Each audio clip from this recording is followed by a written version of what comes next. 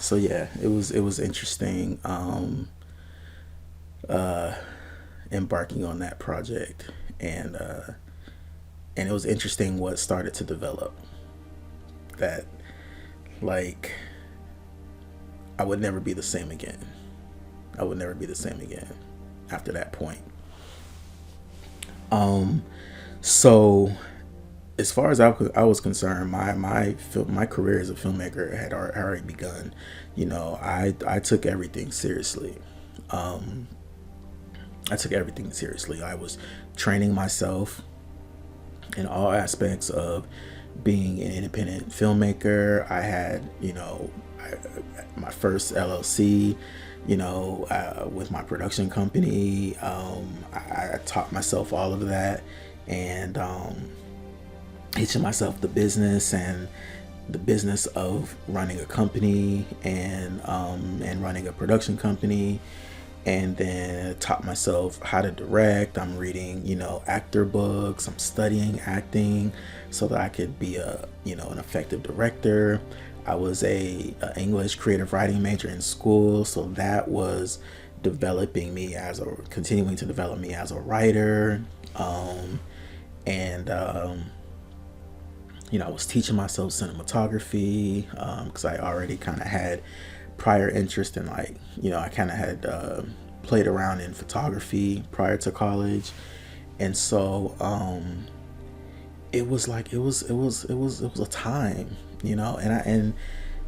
filmmaking made me feel very alive. Creating made me feel very alive. I was always a creative person anyway. I was a very creative child, whether it was calligraphy or the time I got my first drum set, and getting into, like, playing musical instruments. Like, I got into learning the recorder, and then eventually that transitioned into learning the clarinet and the bass clarinet, and then the alto saxophone, and then the tenor saxophone, and the piano, a little bit of the piano. Um, and I was always doing, like, art projects. I would also doing stuff like science. We would do science experiments in school, and then I would go home and mimic the science experience at home. So I had science books, I had art books. I was drawing and drawing pads everywhere. I was doing oil pastels. Um,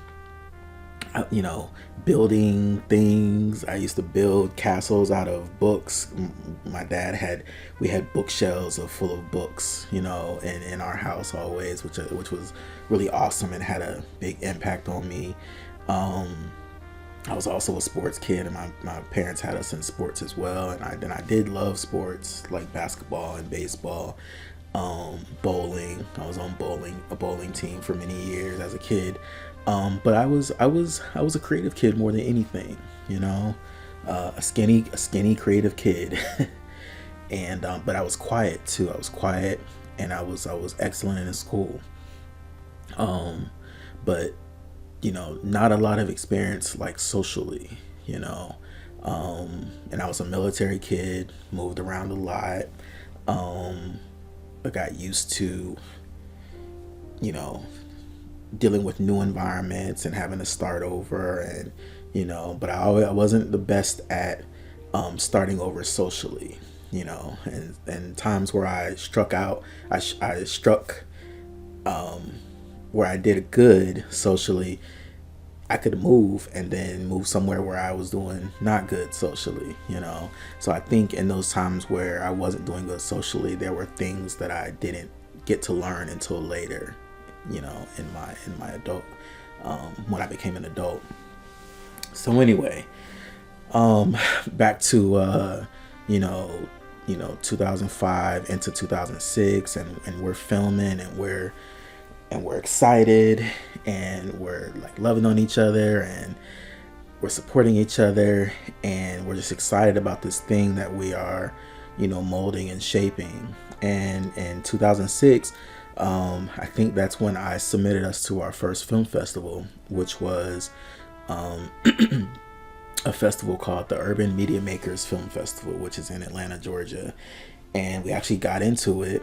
We got into the festival, and they were going to do a screening for it. So we, got the idea, um, that we were going to travel to Atlanta to attend this our first film festival, like as a cast and as a group. By this time,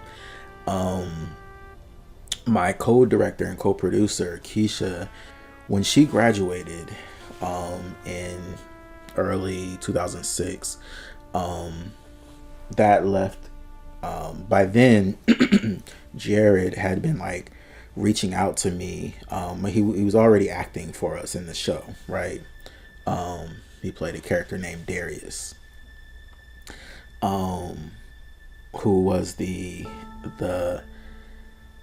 angry son of a father who had just passed away, who after his father's passing he finds out that he has a half brother that he never knew about.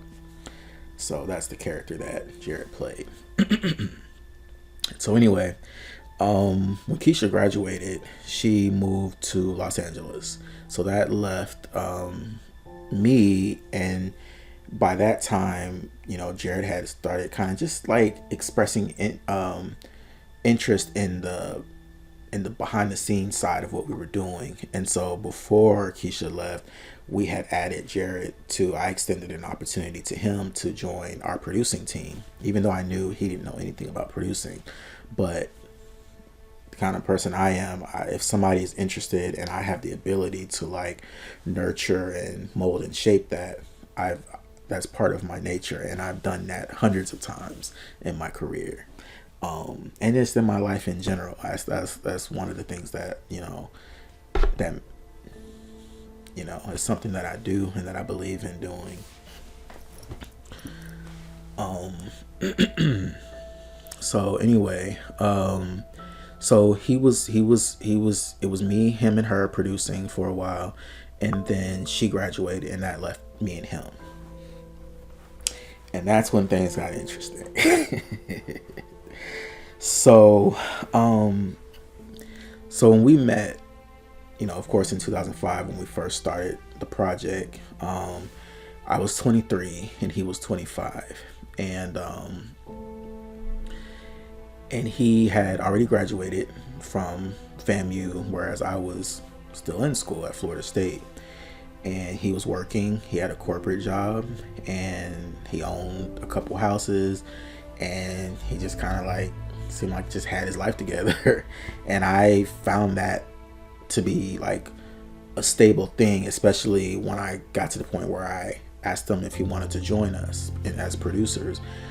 It was because of what he presented. He presented stability, he presented professionalism, and he presented like as a nice guy, and so I took a chance. I took a risk, like I always do, and because I was trusting myself, and we were going. And so then when Keisha was had moved, once she moved, which she was still kind of producing from afar, but she was starting her life and on the West Coast. Me and him were left to kind of manage what we were doing and keep it going.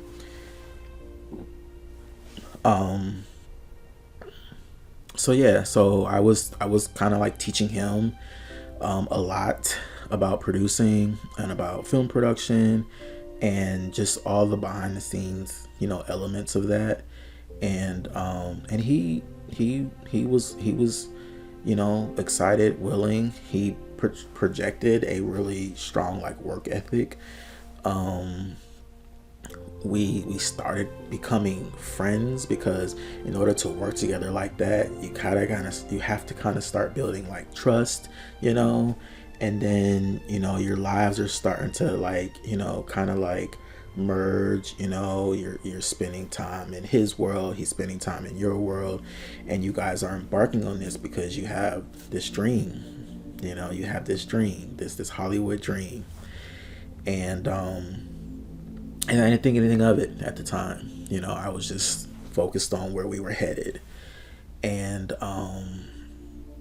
anyway, we had our like I said, our first accomplishment, which was the film festival, and we actually all like traveled together to Atlanta, and everybody got hotels, and we attended the festival. There was some drama that we had in the cast because we had brought in a new cast member.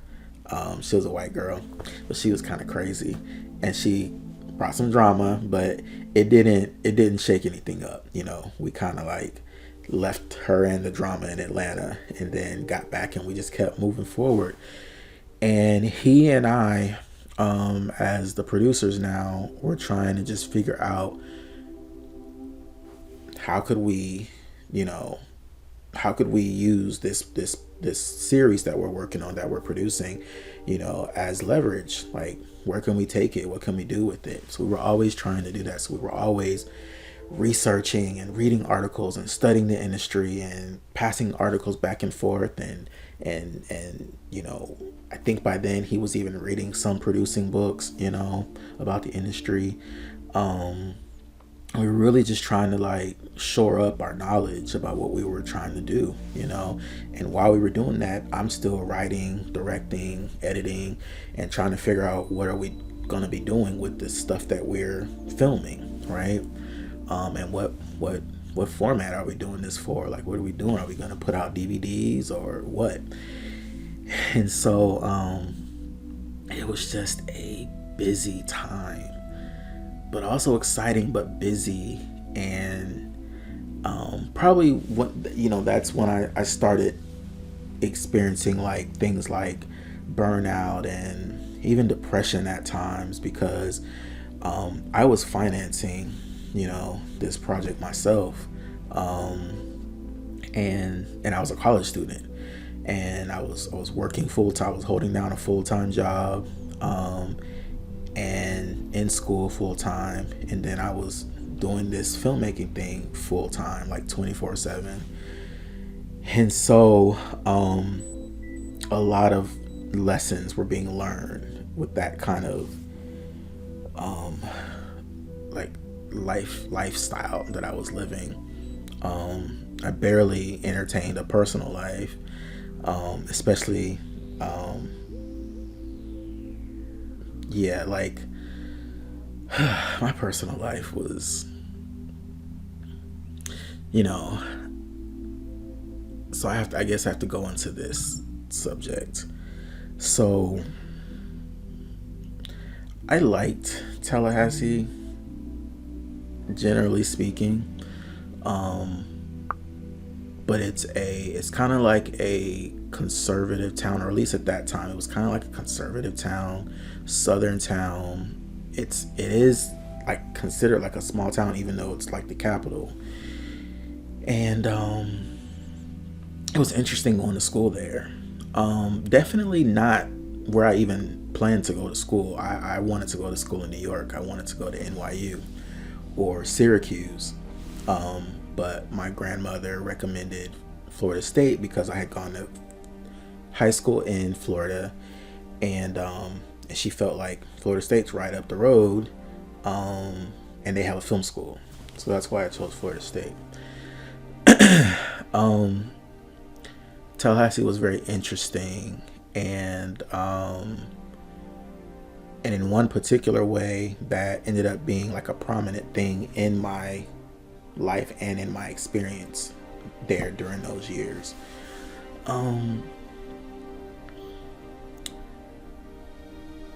Amongst the black population and in the black community at large, in the country at the time and in society at the time, the concept of black male sexuality was super controversial, and that was really the era of the down low. That was the era, right? And that term DL was like that was a buzzword. That's a controversial buzzword, right? And Tallahassee, as I learned very quickly, had a very large element of that, especially at the colleges. So, um, that was kind of a tricky element because as if you're me and you're working with this group of actors, um, you start to see things, you start to notice things about, about their lifestyles, about, what they got, going on, and, even stuff that I was participating in myself. You know, I became sexually active as a teenager, as a late teen. And so I wasn't unfamiliar with it. I wasn't unfamiliar with hookup culture and just like the undercurrent of that, and the seediness of that lifestyle. And so because I was familiar with it myself, I recognized it in others. And then there's the whispers, oh, you know, leaving rehearsal, but have you heard about such and such, or did you know this about such and such? And that starts to take place, right? And my way of handling it, is when you have a bunch of college students collaborating together, like you're going to get into the personal side of it, the social side of things. People like each other, they don't like each other, they're attracted to each other, they're not attracted to each other, they're engaging with each other, they're not, there's that stuff that became a very real element very quickly, right? And my strategy was, I was just trying to stay professional. I was trying to run a professional machine, operation there, production, and I was trying to stay professional and ethical myself. Anything that I was doing in my personal life, I kept it completely separate. Nobody knew anything about anybody that I was associating with. And most of what I did it out of city, when I would go home on weekends and stuff, But everybody else was doing their stuff in the city. So we were always hearing things about people. So I'm dealing with all of that while we're trying to produce this project, and me and Jared are just we're just trying to get somewhere. And then we go into I think the first inkling that something was amiss with Jared, as far as me learning him as a person, and like what his value system was, his morals, his ethics, what his background was and all that. I saw what was happening as I was just developing a friendship with him and a business relationship with him, a business partnership with him. And it was things that he started to do that made me have to like really look at, like, who is this guy that I have kind of like hitched my star to, I think the first questionable thing was an issue of contracts came up, where we were trying to do contracts for our actors just in case something great happened with the project at some point. We wanted everybody to be protected, and I had assigned him to handle that part, and he was supposed to distribute the contracts to the actors, and so he was handling that, and I was doing my roles, which is writing, directing, shooting, all that stuff. And Jared would be on set sometimes when he wasn't filming his scenes. He would be on set just sometimes when, as a producer, when I was filming, but most of the times he wasn't. And I had other people helping me film, and we had a makeup artist and stuff like that, and everybody's volunteering their time, which I was grateful for. And we were creating a buzz in Tallahassee with this project, and it seems like everybody wanted to be a part of it, which was a cool feeling, but also I don't know if I ever like embraced that part, right? And I was always getting contacted to people wanting to be a part of the project, and it wasn't even out yet, really. We were probably putting out like little clips and snippets and teasers at that time. And YouTube was a brand new thing at that time as well. Again, this is 2005, 2006, 2007. So anyway, 2006 was a contract issue where my actors were calling me saying there's something on the contract that I don't recognize. And I go and look at the versions that they were sent. And I noticed that Jared had added a production company that I'd never heard of on the contracts. And, of course, I confronted him and I was like, what is this, And he explained that was his production company, or his company, his LLC, that he shared with somebody else, one of his friends, his frat brothers or whatever. I mean, I know who it was, but I won't say the name. And I guess the way he explained it was he just didn't think it was a big deal. But it was a moment where we had to kind of clarify our relationship. And first of all, it's like, these are things you have to talk to me about. At the end of the day, this is my project. You know what I mean? I'm the primary production company. I was the only, but then he tried to add his to it. And I was like, things like that have to be discussed. You can't just add them into the contracts and not tell me, like we have to be on the same page as the heads of this production, right? And so that was the first kind of inkling where people were, kind of commenting to me that, Jared's he seems kind of snakish, And so, I took that feedback and I banked it, I wasn't in denial about it. I just banked it because I was like, okay, well, I do know him better than all of you guys do, And so thank you for the feedback. And I'm going to see, if that's true or not. And so we continue on. We got past that hurdle and we continued on. At some point, I think in that same year, 2006, I started noticing that Jared was spending more time with me on set, which was different because he hadn't had that because, again, he had a whole career, right? So wasn't able to be around a lot, and his career required him to be out of town a lot. And I knew that Jared was trying to get his acting career off the ground, and so there were times where he actually was working with other filmmakers, and he was also trying to get into the modeling thing, and that was starting to take shape for him. And anyway, he started spending more time with me on set, and I also noticed that he wasn't driving his company car anymore, which is what he always drove. And I just felt like something was off with him. And so me and another young lady who was helping, one of our actresses turned producers, we kind of went and kind of talked to Jared about, and kind of confronted him about, hey, are you okay? Is everything okay with you? And then we found out that he admitted to us, we were at his house in Tallahassee, and he admitted to us that he had lost his job, which is what I presumed. That was my speculation. I was like, I think he lost his job. Maybe we should sit down and talk to him, make sure he's okay. So he admitted it, and he got very emotional. That was like the first time I've seen him cry.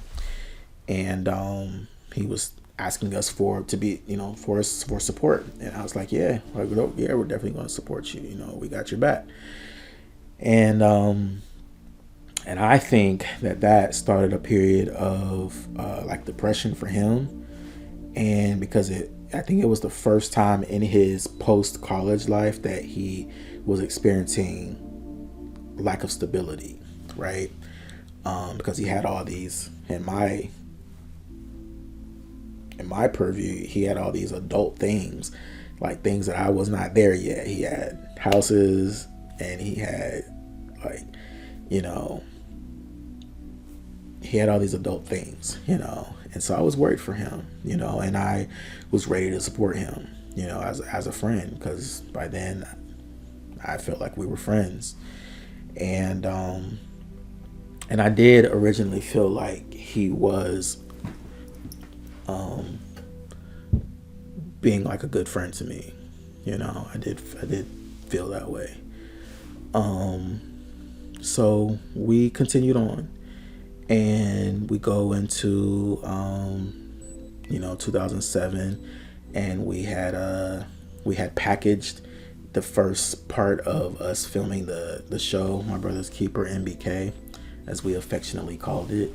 And we decided, okay, we got a season 1, so we're not gonna move into a season 2. And we added to the cast. We did auditions. We added to the cast. I brought on somebody named James Bland, who was already on our cast, that he wanted to get more into the filmmaking side of things. So I let him write, get him let him start writing with me, and or contributing as a writer, and also being a producer with me and Jared. And we just continued on. And I remember that the second season that we did of that show, I remember calling it kind of like